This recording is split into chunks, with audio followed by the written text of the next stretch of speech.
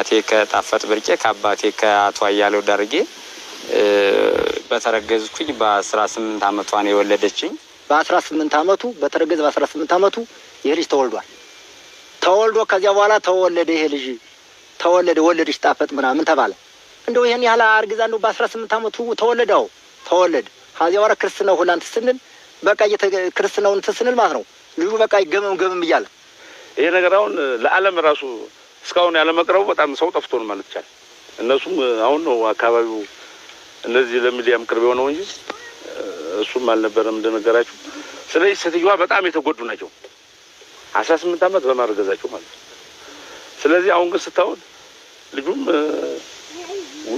ውል ነው 27 አመት ምን ያህል አመት ነው በማህፀኑ የቆየው?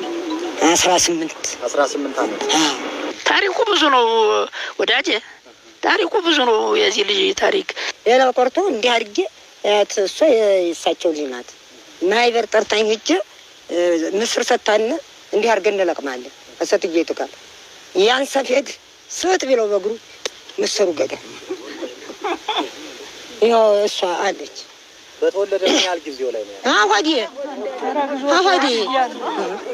ታሪኩ ብዙ ነው እኮ። ስለዚህ እስከዚህ ደረጃ አውቃለሁ። በትክክለኛ 18 አመት የተወለደ ልጅ መሆን አውቃለሁ። አንዲቱ ልጅ ወለደ ሲሏት ገባ ላይ ሰው ወለደ ይብላል። ገባውን አስቀዋል። ሰው ነው ምን ወለደ ይብላ ሰው እንጂ ምን ይወለዳል ብለዋል። ይህ ታሪክ ዓለም ሊያውቀው የሚገባ በጣም ትልቅ የሆነ ታሪክ ነው። አይዛዘነ ጫወትለነ